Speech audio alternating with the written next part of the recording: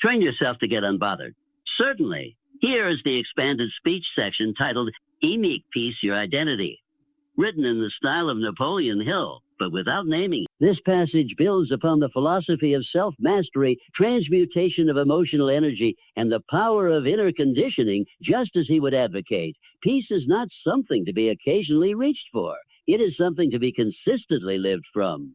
It must not merely become a mood you strive to maintain, but a principle upon which your character is anchored. Make peace your identity.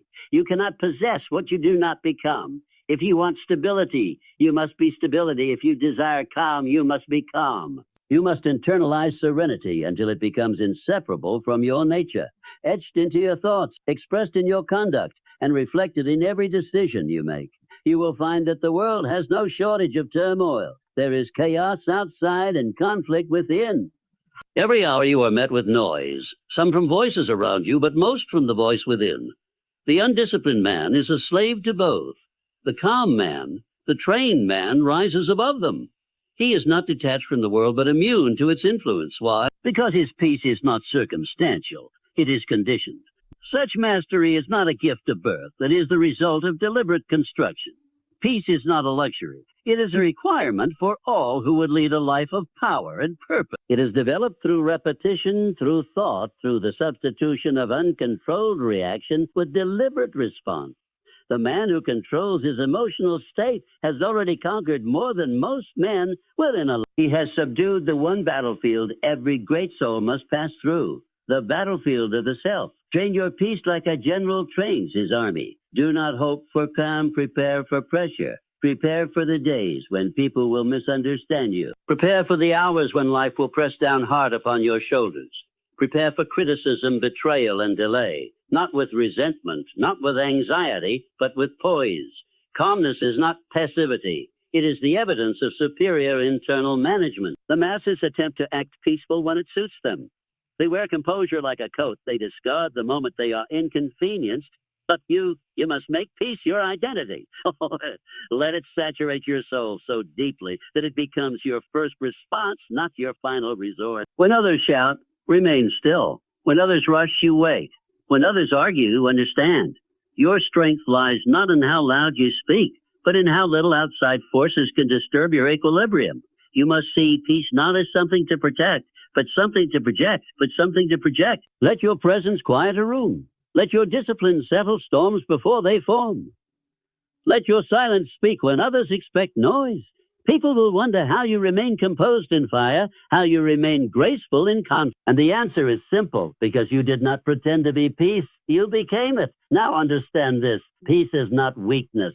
It is the strongest stance a man can hold. It is the refusal to be shaken, the refusal to be led by emotion, the refusal to yield control, your internal world, to anything or anyone outside of you. It is not a retreat. It is dominion. It is the conscious transmutation of reaction into restraint, emotion into wisdom, impulse into intention. This level of internal power places you in the rare class of builders, the men and women who shape industries, inspire nations, and forge legacies. Not because they were untested, but because they were unbothered. They were not immune to storms, not immune to collapse. They walked through pressure with their mind intact and their mission undisturbed.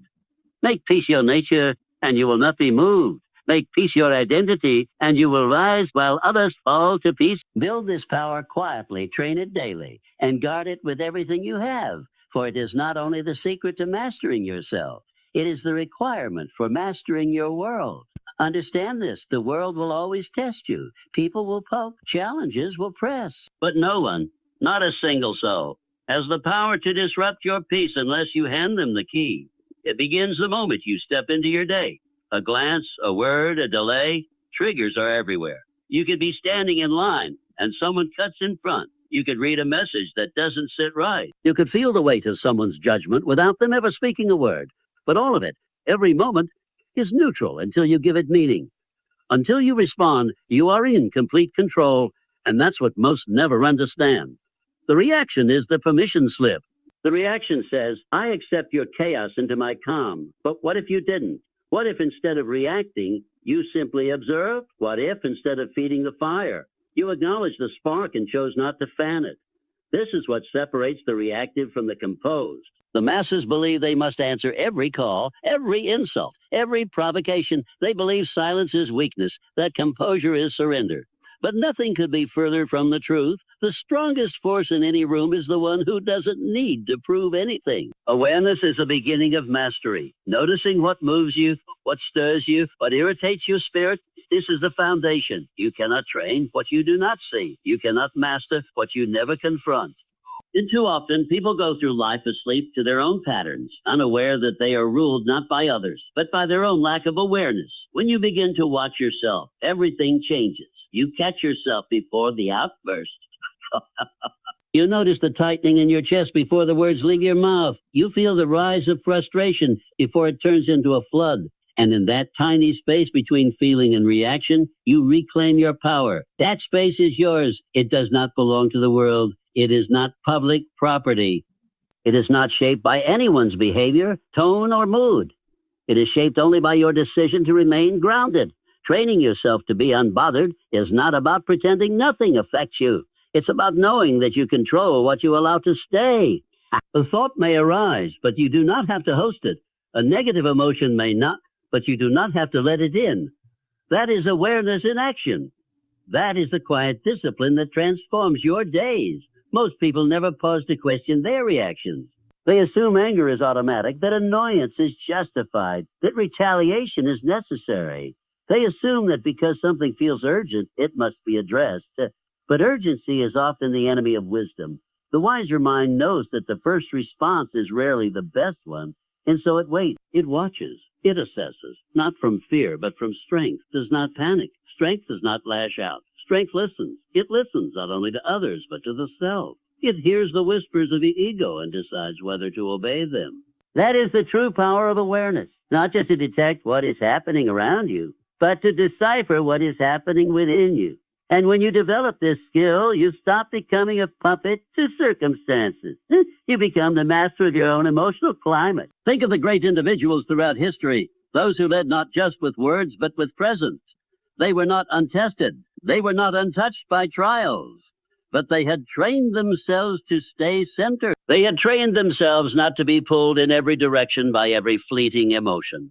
And that training began with a decision to pay attention to their thoughts, their feelings, their reactions, to make stillness your default, not your reaction, to walk into every room carrying your peace with you, not borrowed, not fabricated, but forged from within. That kind of peace intimidates the unstable. It frustrates the manipulative. It unsettles the chaotic, but it anchors the wise. Stillness is not about doing nothing. It is about choosing not to do the wrong thing. It is restraint, guided by intention. It is control, guided by vision. And once you learn to stand still when others rush, to remain centered when others shake, you step into the realm of those who are truly unbreakable. Let no one lie to you. Composure is not given, it is trained. Like a muscle, it grows through repeated efforts. Every moment you feel triggered is an opportunity, not a threat. Now, most people treat emotional control like a personality trait, something you either have or don't. But the truth is, it's a practice, a discipline, a choice made over and over again until it becomes second nature. And that choice is rarely comfortable. You will be tested when you're tired, when your patience is already worn thin, when the words of others cut deeper than usual. You'll be tempted to snap back, to raise your voice, to defend yourself with the same energy that tried to break you, by you. But those are the moments that define the difference between the average and the exceptional, between those who live at the mercy of their emotions and those who command them. Every emotional reaction is a transaction. You give away energy, you give away power, and you give away time you can never retrieve. So the real question becomes, is the moment worth that price?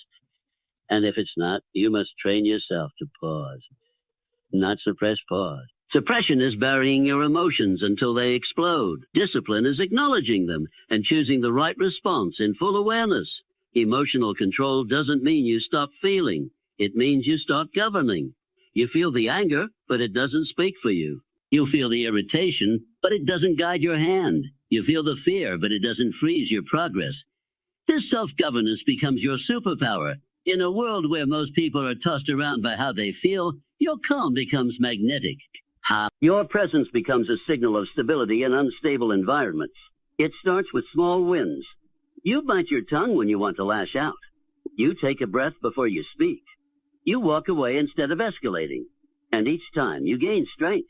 Each time you sharpen your self-awareness. Each time your emotions begin to respect the boundaries you've created. Because that's what training really is, creating boundaries between stimulus and response, between emotion and action. Let no one convince you that this is easy. It is the daily resistance against the natural pull of reaction. But just like a body is built in the repetition of resistance, the mind is fortified in the repetition of restraint. Not once, not occasionally. Daily, over and over again, you train it in traffic, in conversation, in conflict, in criticism. You'll train it until your emotional muscle is strong enough to carry you through storms others drown in. The reward for this discipline is immense. You gain clarity in decision-making. You gain respect without demanding it. You gain peace, not because the world is quiet, but because you are. And over time, people begin to trust you, not just because of what you say, but because of how you stay composed under pressure. You become the person who doesn't lose control when everyone else does.